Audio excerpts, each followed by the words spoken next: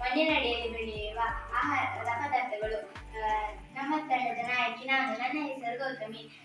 ನಮ್ಮ ತಂಡದ ಸದಸ್ಯರು ಹರ್ಷಿತಾ, ನಿರೀಕ್ಷಾ, ಐಶ್ವರ್ಯ, ಪ್ರಾಪ್ತಿ, ಶವ್ಯಜಿ, ಜಿನಿಷಾ, ಸಾನ್ವಿ, ತನ್ವಿ, ದಿಶಾ, ಜೀವಿತಾ, ಪ್ರಾಪ್ತಿ ನಮ್ಮ ತಂಡದ ಸದಸ್ಯರು. ನಾನು ಇಂದು ಅರಿಶಿಣದ ಬಗ್ಗೆ ಹೇಳಲು ಇಚ್ಛಿಸುತ್ತೇನೆ. ಇದು ಅರಶಿನ. ಇದನ್ನು ನಾವು ಹೆಚ್ಚಾಗಿ ಇಲ್ಲಿ ಅಂತೂ ಅರಶಿನವನ್ನೇ ಬಳಸುತ್ತೇವೆ. ಪೇಟೆಗಳ ಸೈಡ್ನಲ್ಲಿ ಅರಶಿನದ ಪ್ಯಾಕೆಟ್ಗಳನ್ನು, ಕೆಮಿಕಲ್ ಯುಕ್ತವಾದ ಪ್ಯಾಕೆಟ್ಗಳನ್ನು ಬಳಸುತ್ತಾರೆ. ಅರಶಿನವನ್ನು ಒಣಗಿಸಿ ಪುಡಿ ಮಾಡಿ ನಾವು ಅಡುಗೆಗಳಿಗೆಲ್ಲ ಬಳಸುತ್ತೇವೆ. ಅರಶಿನದ ಎಲೆಯನ್ನು ನಾಗರ ಪಂಚಮಿಗಳಿಗೆ ದಕ್ಷಿಣ ಕನ್ನಡ ಜಿಲ್ಲೆಯಲ್ಲಿ ಬಳಸುತ್ತಾರೆ. ಅರಶಿನವನ್ನು ನಾವು ಮಾಂಸಾಹಾರಿ ಪದಾರ್ಥಗಳಿಗೆ ಹಾಕುತ್ತೇವೆ, ಏಕೆಂದರೆ ಜೀರ್ಣಕ್ರಿಯೆ ಸುಧಾರಿಸುತ್ತವೆ. ಆಯುರ್ವೇದ ಪದ್ಧತಿಯಲ್ಲಿ ಅರಶಿನವು ದೇಹದ ಒಟ್ಟಾರೆ ಶಕ್ತಿಯನ್ನು ಬಲಪಡಿಸುವುದು, ಅನಿಲವನ್ನು ನಿವಾರಿಸುವುದು, ಹುಳುಗಳನ್ನು ಹೊರಹಾಕುವುದು, ಪಿತ್ತಗಳನ್ನು ಕರಗಿಸುವುದು ಸೇರಿದಂತೆ ಹಲವು ಔಷಧಿ ಗುಣಗಳನ್ನು ಹೊಂದಿದೆ. ಈ ಅರಶಿನವು ನೋಡಲು ಕ್ಯಾರೆಟ್ನ ರೀತಿ ಕೇಸರಿ ಬಣ್ಣದಲ್ಲಿ ಇರುತ್ತದೆ, ಆದರೆ ಇದನ್ನು ಒಣಗಿಸಿದ ನಂತರ ಹಳದಿ ಬಣ್ಣಕ್ಕೆ ಬರುತ್ತದೆ ಎಂದು ಹೇಳುತ್ತೇವೆ. ನಾನಿವಾಗ ಈರುಳ್ಳಿಯ ಬಗ್ಗೆ ಹೇಳ್ತೀನಿ. ಇದು ಈರುಳ್ಳಿ, ಎಲ್ರಿಗೂ ಗೊತ್ತಿದೆ. ಇದು ಈರುಳ್ಳಿಯ ಮೊಳಕೆ ಬಂದಿದೆ. ಇದನ್ನು ನಾವು ಸಾಂಬಾರಿಗೆ ಕೂಡ ಬಳಸ್ತೇವೆ. ಸಾಂಬಾರಿಗೆ ಕೂಡ ಬಳಸ್ತಾರಾ? ನನಗೆ ತಿಳಿದಿರಲಿಲ್ಲ. ನಾನು ಇವತ್ತೇ ನೋಡಿದ್ದು. ನಾನು ತಾಯಿ ಸಾಂಬಾರುಗಳನ್ನು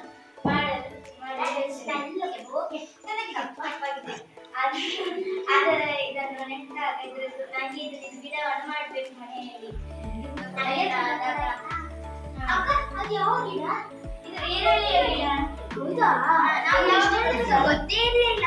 ಈಗ ಇದು ಈರುಳ್ಳಿ, ಆದರೆ ಅದು ಗಿಡ ಬಂದಾಗ ಈ ರೀತಿ ಆಗ್ತದೆ. ಹೌದಾ? ನಾವು ಎಲ್ಲಾ ಪದಾರ್ಥಗಳಿಗೂ ಬಳಸ್ತೇವೆ. ಎಲ್ಲಾ ಪದಾರ್ಥಗಳಿಗೂ ನೆಟ್ಟೇ ಬೇಕು ಈ ಈರುಳ್ಳಿ. ಈ ಇತ್ತೀಚಿನ ಕಾಲದಲ್ಲಿ ಇದು ಆಲೂಗಡ್ಡೆ ನಾವು ಪೂರಿ ಬಾಜಿಗೆ ಬಳಸ್ತೇವಲ್ಲ, ಅದೇ ಇದು. ಇದನ್ನು ಗಿಡವಾಗಿ ಕೂಡ ಬೆಳೆಸ್ತಾರೆ. ಇದನ್ನು ಗಿಡವಾಗಿ ಬಳಸ್ತಾರೆ. ಇದು ಮಣ್ಣಿನ ಅಡಿಯಲ್ಲಿ ಬೆಳೆಯುತ್ತದೆ.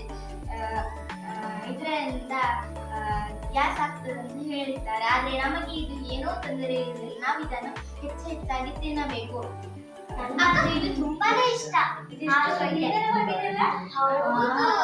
ಏನು ಅಕ್ಕ ಅದೇನು ಯಾವ್ದಿದ? ಅಲ್ಲ ಅದುವೇ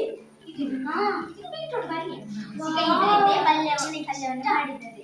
ಅಂದ್ರೆ ಇದು ನೋಡಲು ಪಿಂಕ್ ಬಣ್ಣದಲ್ಲಿ ಇರುತ್ತದೆ. ನೋಡಿ, ಇದು ಮನೆಯ ಅಡಿಯಲ್ಲಿ ಹಾಕಿದರೆ ಇದು ದೊಡ್ಡ ಗಿಡವಾಗಿ ಪರಿವರ್ತನೆ. ಇದರಿಂದ ರಕ್ತದ ಅಂಶಗಳು ತುಂಬಾ ಹೆಚ್ಚಾಗಿರುತ್ತದೆ. ಇದು ಗೆಣಸಲ್ವಾ? ಇದು ಗೆಣಸು. ಇದರಿಂದ ನಾವು ಗೆಣಸಿನ ಪರೋಟ, ಗೆಣಸಿನ ಪಾಯಸ, ಗೆಣಸಿನ ಪಲ್ಯ ಇದರಲ್ಲಿ ಎರಡು ಗಿಡ ಉಂಟು. ಒಂದು ಮರಗೆಣಸು ಉಂಟು, ಮತ್ತೊಂದು ಇದ್ದಾರೆ ಬಳ್ಳಿ ಗೆಣಸು. ಇದನ್ನು ಯಾರು ಹೇಳಿಕೊಟ್ಟದ್ದು? ನಮ್ಮ ಮನೆಯಲ್ಲಿ ಉಂಟು. ನಮಗೆ ಕೂಡ ಮನೆಯಿಂದ ತಂದು ಕೊಡುದು. ಮತ್ತು ಇದು ಅರಿಶಿನ, ಶುಂಠಿ. ಇದನ್ನು ನಾನು ನೋಡಿದ್ದೇನೆ. ನಮ್ಮ ಅಜ್ಜಿ ಮನೆಯಲ್ಲಿ ಇದ್ದ ಗಿಡ. ಇದನ್ನು ಕೆಮ್ಮಿಗೆಲ್ಲ ಬಳಸ್ತಿದ್ರು. ಇದು ಉಪ್ಪು ಮತ್ತು ಶುಂಠಿ ಹಾಕಿ ತಿಂದಾಗ ನಮ್ಮ ಗಂಟಲು ನೋವು, ಕೆಮ್ಮು ಎಲ್ಲ ಹೋಗ್ತದೆ. ಚಟ್ನಿ ಮಾಡ್ತಾರೆ ಅಂತ ಇದರಲ್ಲಿ. ಮೊನ್ನೆ ನಂಗೆ ಕೆಮ್ಮು ಇತ್ತು. ಆವಾಗ ಹೆಸರು ಹೇಳಿದ್ರು, ಇದಕ್ಕೆ ಉಪ್ಪು ಮತ್ತೆ ಶುಂಠಿಯನ್ನು ಚುಟ್ಟಿದ್ರೆ ಗಂಟಲಿನ ನೋವುಗಳೆಲ್ಲ, ಕೆಮ್ಮುಗಳೆಲ್ಲ ಹೋಗ್ತದೆ ಅಂತ ನಮಗೆ ತಿಳಿಸಿಕೊಟ್ರು. ಅದು ಕೆಸುವಿನ ಬೇರು. ಇದು ನಮ್ಮ ಪದಾರ್ಥಗಳನ್ನು ಮಾಡಿದ್ದಾರೆ.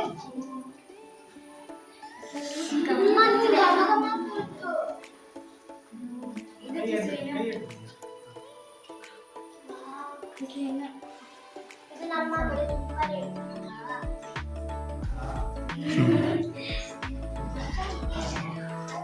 ಇದು ನೋಡಿ, ಕ್ಯಾರೆಟ್ ಇದೇನು? ಅದೇ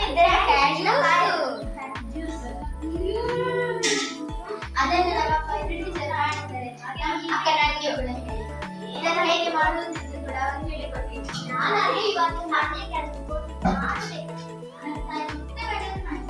ಇದನ್ನು ಹಸಿಯಾಗಿರುತ್ತದೆ, ತುಂಬಾ ರುಚಿಯಾಗಿರುತ್ತದೆ. ಇದನ್ನು ಪಾಯಸ ಬೆಳೆಸ್ತಾರೆ, ಬೆಳೆಸ್ತಾರೆ. ಗೊತ್ತುಂಟು ಕಡಲೆ ಚಟ್ನಿ. ಇದು ನಮ್ಮ ಶಾಲೆಯಲ್ಲಿ ಶಿಕ್ಷಕರು ಹೌದು, ಇದು ಕಡಲೆ ಗೆಡ್ಡೆ ಕಡಲೆ. ಇದನ್ನು ಹೇಗೆ ಮಾಡುದು ಹೇಳಿಕೊಡ್ತೀರಾ? ಇದನ್ನು ಹೇಗೆ ಮಾಡುದು ನನಗೆ ಹೇಳಿಕೊಡಿ. ಇದನ್ನು ಒಂದು ದಿನ ನಾನು ನಮ್ಮ ಮನೆಯಲ್ಲಿ ಮಾಡಿದ್ದೆ.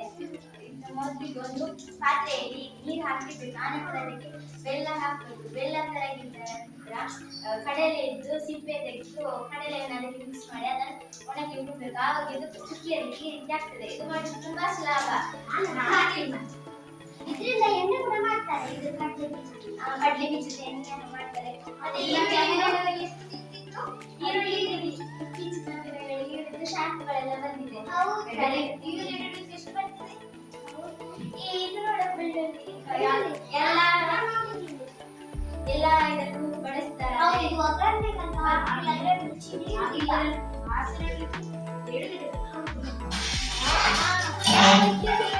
ಬೆಳ್ಳುಳ್ಳಿ ಕಬಾಬ್ ಅದರಿಂದ ಮಾಡುವುದಂತ. ಹೌದಾ?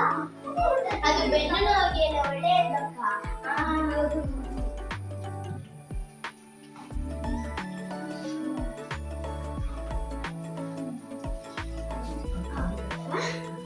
ಏನು? ಇದು ಸುವರ್ಣಗೆಡ್ಡೆ. ನಮ್ಮನೆ ನಮ್ಮ ಶಾಲೆಯಲ್ಲಿ ಸಿಯೂಟ ಇತ್ತಲ್ಲ, ಅವಾಗ ಇದರಿಂದ ಮಾಡಿದ್ರು ಪಲ್ಯ. ತುಂಬಾ ರುಚಿಯಾಗಿತ್ತಲ್ಲ, ಅದು ಇದರಿಂದವೇ ಮಾಡಿದ್ರು. ಇದು ನೋಡು ಹಾಗೆ ತರಾನೆ. ಹೌದು, ಅದನ್ನು ತಿಂದಕ್ಕೆ ಇರ್ತದೆ. ಅದಕ್ಕೆ ಇದಕ್ಕೆ ಪದಾರ್ಥ ಮಾಡುವಾಗ ಹೆಚ್ಚಾಗಿ ಹುಳಿಯನ್ನು ಹಾಕ್ತಾರೆ. ಅಕ್ಕ, ಇದನ್ನುಂಟಲ್ಲ ಆಪರೇಷನ್ ಮಾಡಿದ ಮೇಲೆ ಇದನ್ನು ಪದಾರ್ಥ ಮಾಡಿ ಇದನ್ನು ತಿಂದ್ರೆ ಬೇಗ ಗುಣ ಆಗ್ತದೆ ಅಕ್ಕ. ಹೌದಾ? ನನಗೆ ಆಪರೇಷನ್ ಆಗಿತ್ತಲ್ಲ, ಆಗ ಇದನ್ನು ಮಾಡಿದ್ದು ನನಗೆ. ಆಗ ನನ್ನ ಬೇಗ ಗುಣ ಆಗಿತ್ತು. ಸ್ವಲ್ಪ ವಿಷಯಗಳ ಬಗ್ಗೆ ಮಾತಾಡ್ತಿದ್ವಲ್ವಾ? ಹೌದು. ಇಷ್ಟ ಎಲ್ಲಾ ವಿಷಯಗಳ ಬಗ್ಗೆ ಡೀಟೇಲ್ ಆಗಿ ಹೇಳ್ತೀವಿ. ನಮ್ಮೆಲ್ಲರ ಧನ್ಯವಾದಗಳು. Thank you.